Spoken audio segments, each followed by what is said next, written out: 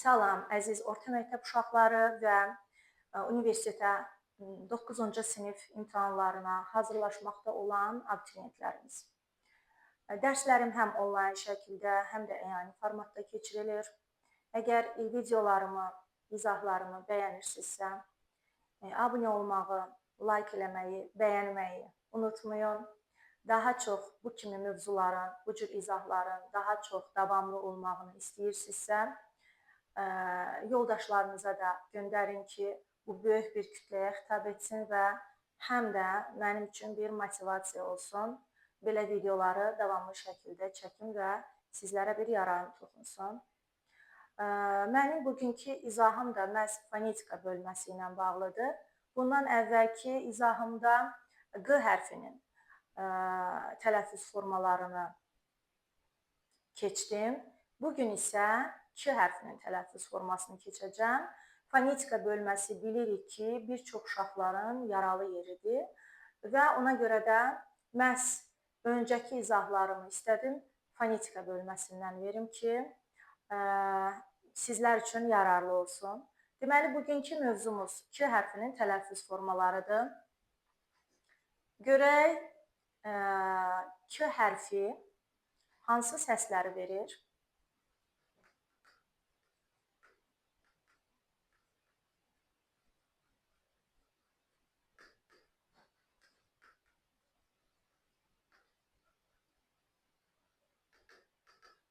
Bir mənə deyin görün, Q hərfi hansı səsləri verir?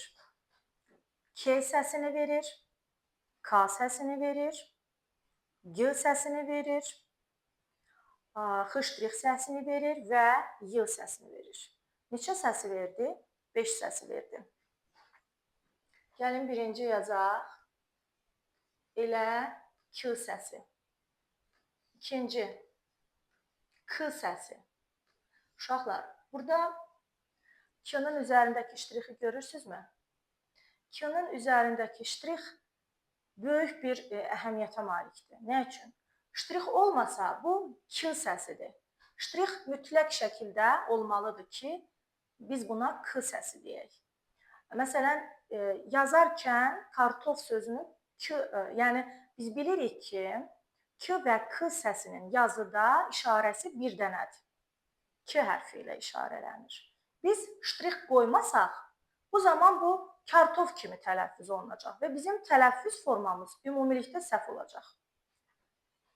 Deməli, Q səsini verdi, K səsini verdi, G səsini verdi, X səsini verdi, X üstü ştrix. Bir də Y səsini verdi. Deməli, X səsi özü hansı səsdir tam olaraq? X səsidir. X səsini verir. İndi baxaq öncə Q səsini, Q hərfinin verdiyi Q səsinə. Q, belə yazıram ki, aydın olsun, hansı sözdən söhbət gedir. Aha, Q hərfinin verdiyi Q səsi. Hansı hallarda Q səsini verir? Sözün əvvəlində. Sözün əvvəlində.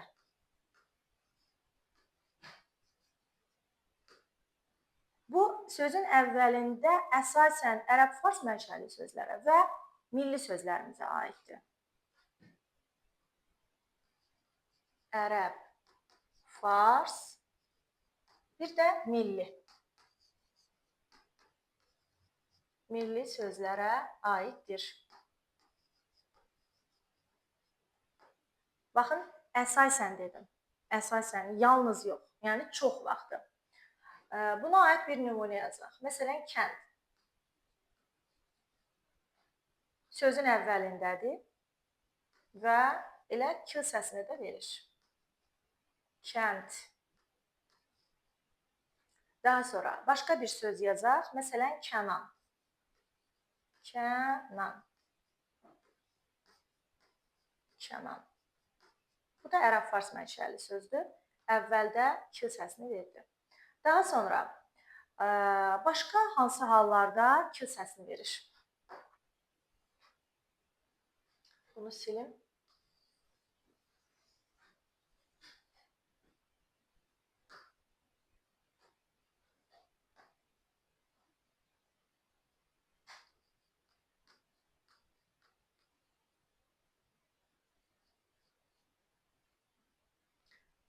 Sözün sonunda, sözün, yani kökün. Baxın, yenə kök yazıram, kökün. Sözün sonunda ola bilər ki, çiçəklik olsun. Çiçəklikdəki k da sözün sonundadır. Amma kök deyil, lik orada şəkilçidir. Ona görə çaşmayasınız deyə yenə burada mötərizədə kökün yazmışam. Söz kökünün sonundakı k-dan söhbət gedir. K səsini verir. Sözün, yəni kökün sonunda.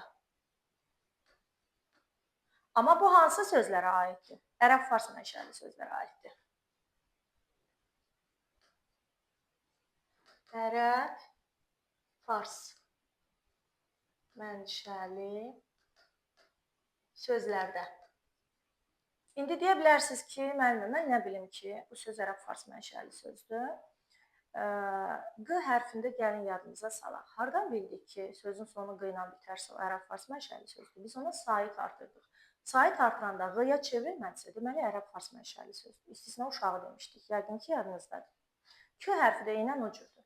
Q hərfinə də biz saitlə başlanan şəkilçi artırdıqda y-ya çevrilmirsə, deməli ərəb fars mənşəli sözdür.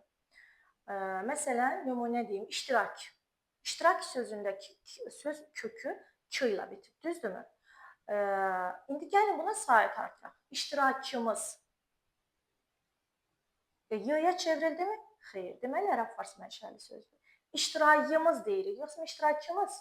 Bəli, iştirakçımız. Əmlak, əmlaka, əmlakın, əmlakımız, əmlayımız, yoxsa əmlakımız? Bəli, əmlakımız. K ilə olduğu kimi də qaldı. Deməli, ərəb fars mənşəli sözdür. Sözün, yəni kökün sonunda ərəb fars mənşəli sözlərə aiddir. Baxın bu qayda uşaqlar. Bir nümunə yazaq. Əmlak. Sadəcə yazmışam söz kökünün sonunda. Hələ sait samit yazmamışam ki, yox. Təkcə sözün kökü k ilə bitərsə, necə tələffüz olunacaq? Elə k ilə. Əmlak. Bu ikinci qayda. Üçüncü qayda.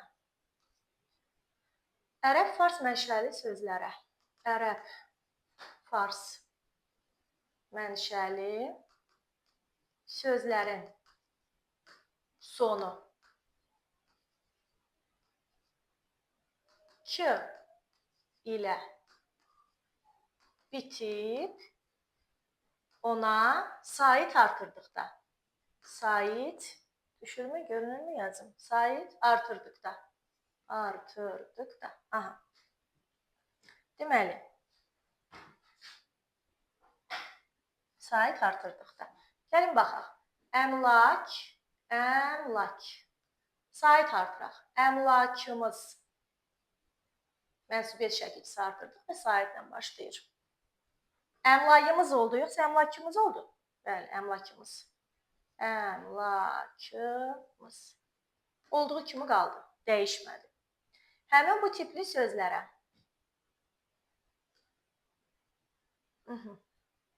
balaca oldu da belə.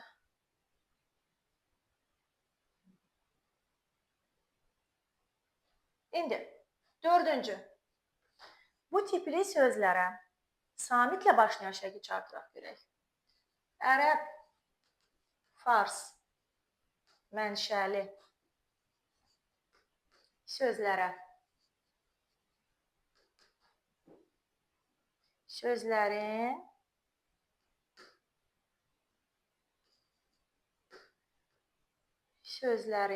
sonu k hərfi ilə bitib samit artırdıqda, samitlə başlanan söz və ya şəkilçi artırdıqda, söz və ya şəkilçi artırdıqda. Söz və ya şəkilçi artırdıqda. Baxaq. Əmlak sözünü götürmüşdü, eləmi? Lap müştərək götürək. Müştərək. Başqa sözdən istifadə edək. Müştərəkdir. Müştərəkdir. Müştərəkdi.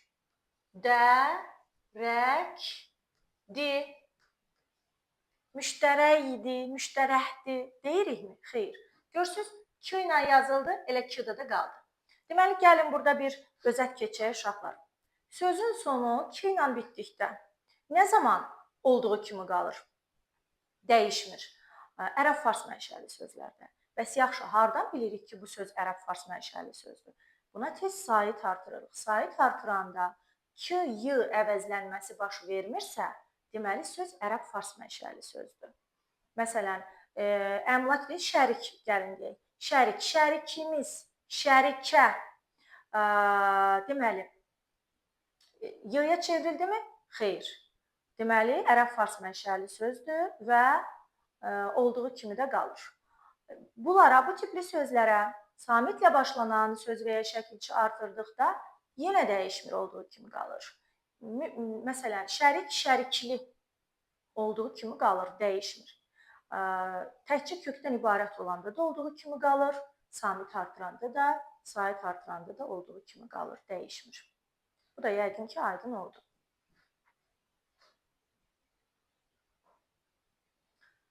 Deməli, gəlin keçək Q hərfinin verdiyi K səsi.